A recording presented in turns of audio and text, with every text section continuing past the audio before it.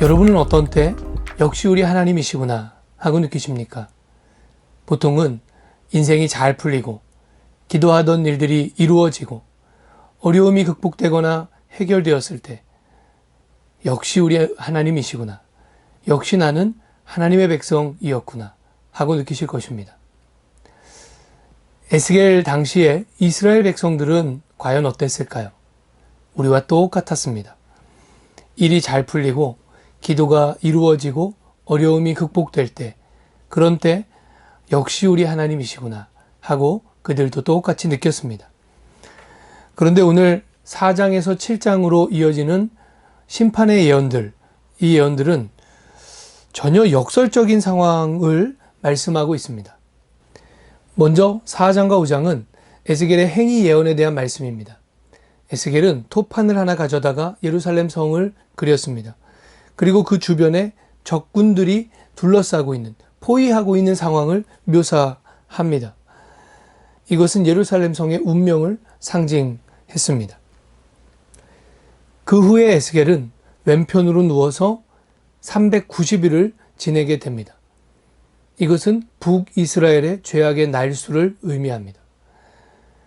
390일이 다 찼을 때는 오른편으로 누운 채로 40일을 지내게 됩니다. 이것은 남유다의 죄악의 날수를 의미하고요. 하루는 1년을 상징한다고 그렇게 말씀하고 있습니다. 이 수를 합산해 보면 430일, 즉 430년이 됩니다. 430년은 애굽에서 종살이하던 기간입니다. 또한 더 중요한 것은 솔로몬의 성전 건축이 시작된 해로부터 다시 포로들이 유대 땅에 귀환해서 성전 건축을 결정하는 날까지 그 횟수를 계산하면 430년입니다. 430은 종살이를 상징하는 숫자이죠. 즉 성경은 이스라엘의 왕정 기간, 솔로몬이 성전을 건축한 그때부터 쭉 이어져 가는 그 이스라엘의 왕정 기간을 독립기간으로 여기지 않았다고 하는 것입니다. 물론 정치적으로는 독립된 상태였지만 그러나 하나님을 떠난 시간, 그것은 결국엔 죄의 종노릇하는 시간일 수밖에 없기 때문입니다. 하나님은 그 430일 동안 에스겔이 먹을 음식을 정해줍니다. 잡곡으로 만든 떡인데요. 지금이야 건강을 위해서 잡곡으로 밥을 지어서 먹지만 기본적으로 노동량이 많았던 고대 농경사회에서는 잡곡을 밥으로 만들어 먹지 않았습니다. 왜냐하면 잡곡밥은 칼로리가 적어서 별 볼 일 없는 음식, 에너지를 만들어내지 못하는 음식으로 그렇게 여겨졌기 때문입니다. 그래서 가난한 사람들이 그냥 이 곡식 저 곡식을 모아서 뒤섞어서 만들어 먹었던 가난한 사람들의 대표적인 음식이 바로 이 잡곡으로 만든 음식이었습니다. 하나님은 에스겔에게 430일 동안 소량의 잡곡떡, 그리고 아주 적은 물을 가지고 살아가도록 그렇게 말씀하셨습니다. 탈무드에는 이 에스겔의 떡을 만들어서 개에게 주었더니 개조차도 그 떡을 먹지 않더라 하는 이야기가 나올 정도입니다. 이것은 멸망 이후 유다의 비참한 처지를 상징합니다. 심지어 하나님은 이 떡을 구울 때 인분, 사람 똥으로 그것을 구우라고 그렇게 말씀하셨습니다. 에스겔이 이 말씀을 들었을 때 제사장이었던 에스겔로서는 상상조차 해본 적이 없는 부정한 음식이었던 것이죠. 유다 멸망 후에 이곳저곳으로 흩어져서 살게 될 유다 백성이 이제는 부정한 음식을 가릴 수 없는 처지가 될 것이라고 그렇게 상징하는 행위였던 것입니다. 마지막으로 하나님은 에스겔의 머리와 수염을 날카로운 칼로 다 밀도록 그렇게 말씀하셨습니다. 본래 제사장들은 머리와 수염을 깎지 않습니다. 그런데 심지어 날카로운 칼로 그것을 깎으라는 거예요. 원어로 보면 이 5장 1절에 기록되어 있는 날카로운 칼은 전쟁 무기로 만들어진 칼을 의미합니다. 전쟁 무기로 만들어진 큰 칼을 삭도 삼아서, 그러니까 미용용 칼처럼 그렇게 그것으로 머리와 수염을 깎으라고 말씀하신 것은 유다가 멸망하고 나면 그 백성이 전쟁의 칼로 인해서 큰 수치를 당하게 될 것이라고 하는 것을 상징합니다. 이 네 가지 종류의 행위 예언 후에 하나님의 심판의 말씀이 6장과 7장에 이어지죠. 그런데 이 예언들에는 반복되는 구절이 있어요. 내가 여호와인 줄을 알게 될 것이다 하는 말씀입니다. 제가 그 구절들을 좀 읽어드리겠습니다. 6장 7절이에요. 또 너희가 죽임을 당하여 엎드러지게 하여 내가 여호와인 줄을 너희가 알게 하려 함이라. 이들이 어느 순간에 하나님을 여호와로 알게 될 것이냐면 죽임을 당하고 엎드러질 때 여호와를 알게 될 것이라고 그렇게 말씀하고 있습니다. 6장 9절과 10절에는 너희 중에서 살아남은 자가 사로잡혀 이방인들 중에 있어서 나를 기억하되 그들이 음란한 마음으로 나를 떠나고 음란한 눈으로 우상을 섬겨 나를 근심하게 한 것을 기억하고 스스로 한탄하리니 이는 그 모든 가증한 일로 악을 행하였음이라. 그때에야 그들이 나를 여호와인 줄 알리라. 이방인들 중에 살면서 한탄스러워할 때 그때에 비로소 내가 여호와인 것을 알게 될 것이다 하는 예언입니다. 6장 13절에 그 죽임당한 시체들이 그 우상들 사이에 제단 사방에 각 높은 고개 위에 모든 산꼭대기에 모든 푸르나무 아래에 무성한 상수리 나무 아래 곧 그 우상에게 분향하던 곳에 있으리니 내가 여호와인 줄을 너희가 알리라.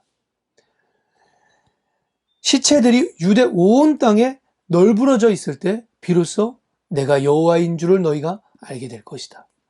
14절에 내가 내 손을 그들의 위에 펴서 그가 사는 온 땅 곧 광야에서부터 디블라까지 황량하고 황폐하게 하리니 내가 여호와인 줄을 그들이 알리라. 유다 온 땅이 다 황폐하고 황량해졌을 때 비로소 내가 여호와인 줄을 너희가 알게 될 것이다. 7장 4절에 내가 너를 불쌍히 여기지 아니하며 긍휼히 여기지도 아니하고 내 행위대로 너를 벌하여 내 가증한 일이 너희 중에 나타나게 하리니 내가 여호와인 줄을 너희가 알리라. 9절에서도 내가 너를 불쌍히 여기지 아니하며 긍휼히 여기지도 아니하고 내 행위대로 너를 벌하여 너의 가증한 일이 너희 중에 나타나게 하리니 나 여호와가 때리는 이임을 내가 알리라. 하나님이 우리를 불쌍히 여기지 않는, 긍휼히 여기지 않는 그때에 하나님이 여호와인 것을 알게 될 것이라는 예언입니다. 26절, 27절 환난에 환난이 더하고 소문에 소문이 더할 때에 그들이 선지자에게서 묵시를 구하나 헛될 것이며 제사장에게는 율법이 없어질 것이요 장로에게는 책략이 없어질 것이며 왕은 애통하고 고관은 놀람을 옷 입듯 하며 주민의 손은 떨리리라. 내가 그 행위대로 그들에게 갚고 그 죄악대로 그들을 심판하리니 내가 여호와인 줄을 그들이 알리라. 환난 중에서 예언이 그치고 율법이 사라지고 책량이 소용없어졌을 때 그때 내가 여호와인 것을 너희가 알게 될 것이다 하는 말씀입니다. 맨 처음 얘기한 것처럼 신앙인들이 일반적으로 하나님을 느끼고 하나님이시구나 하는 그 하나님의 존재와 역사를 생각하는 순간들, 그때와 전혀 다른 상황들의 여호와이심을 알게 될 것이라고 그렇게 에스겔은 예언합니다. 왜 하나님은 이렇게 무서운 말씀을 에스겔을 통해서 주시고 계실까요? 그 이유는 이스라엘 백성이 하나님을 자기들의 종교적 상식 안에 가두어 두었기 때문입니다. 자기들이 생각하기에 이러이러해야만 하나님이시다 하는 공식을 세워놓고 그 공식에 맞춰서 하나님이 움직이실 것이라고, 그 공식대로 하나님은 역사하실 것이라고 그렇게 정해놓은 것 때문입니다. 하나님이 정하신 법에 순종하고 복종하는 백성으로 사는 것이 아니라 자신들이 정해놓은 규칙에 하나님을 가두려고 하는 그런 신앙. 여러분, 이것은 정확하게 우상숭배적인 신앙입니다. 아주 오랜 기간 동안 한국교회는 기복주의 신앙 안에 갇혀 있었습니다. 하나님을 복주시는 분이시라는 그 성경의 한 부분만을 크게 강조해서 모든 신앙생활의 이유를 복받기 위한 것으로 치환했죠. 물론 하나님은 복 주시는 하나님 맞습니다. 그것은 성경의 가르침입니다. 그것을 부인하는 것도 성경적일 수 없지만 그러나 그 하나의 단면을 전체로 둔갑시키는 순간 그때부터 하나님 믿음은 우상 숭배가 됩니다. 그러다 보니 사업이 번창해야 하나님의 역사고 자식이 좋은 대학, 좋은 직장에 들어가야 하나님의 은혜고 큰 집으로 이사해야 하나님의 축복이라고 여긴 것이죠. 더 심각한 문제는 사업의 번창, 좋은 대학, 좋은 직장, 큰 집, 큰 차 이런 것들로 예수 믿음을 증명하려고 했던 것입니다. 저는 어떤 분에게 이런 얘기도 들어봤어요. 자기 사업이 너무 어려워서 하나님의 영광을 가리는 것 같다고 하는 고백이었습니다. 어려운 형편 때문에 하나님의 영광을 가려서 면목이 없다고 그렇게 말씀하시는 것을 들었습니다. 여러분, 이런 말들은 우상 숭배자들의 입에서나 나올 수 있는 말입니다. 번영과 축복만을 약속하는 바알과 아세라 숭배자들의 입에서나 나올 법한 이야기입니다. 이스라엘 백성들은 자신들이 전혀 상상조차 해보지 못했던 상황 속에서 하나님을 다시 만나야 했던 것입니다.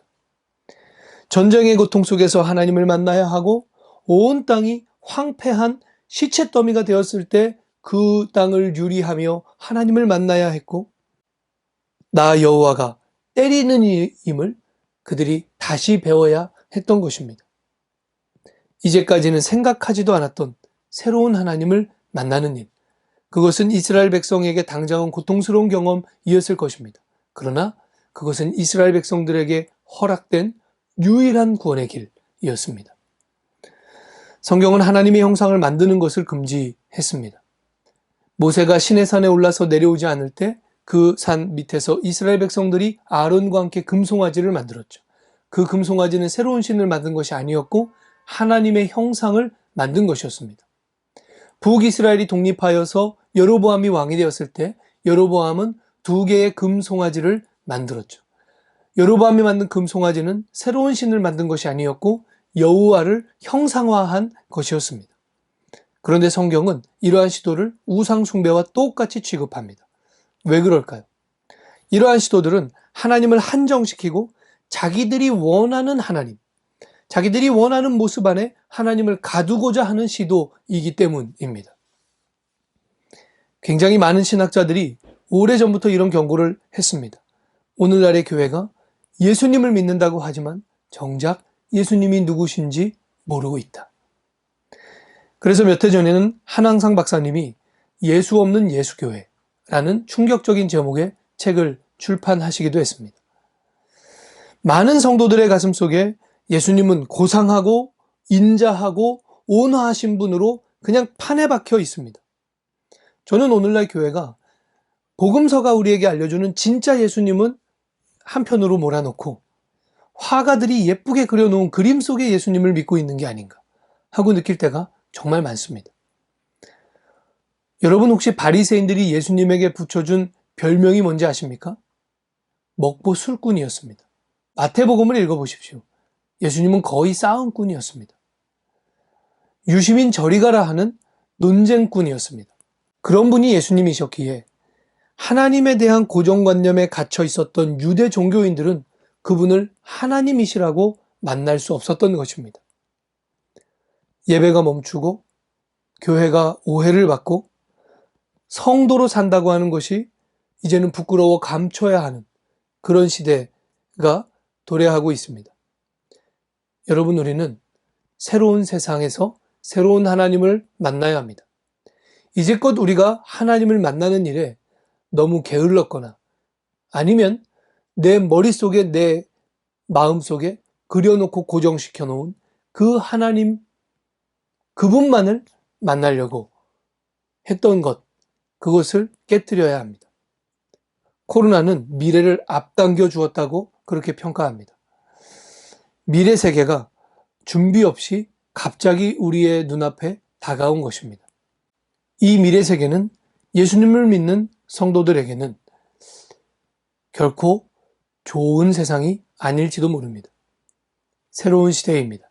바벨론에 잡혀간 포로들처럼 우리도 어떻게 예배자로 살아갈 것이고 우리가 어떻게 우리의 신앙을, 우리의 영적 생활을 새롭게 할 것인가. 그것을 고민하며 지금까지 우리가 만나려고 하지 않았던 성경의 진짜 하나님, 성경이 우리에게 전해주는 참 예수 그리스도를 만나시는 은혜가 있기를 주님의 이름으로 축복합니다.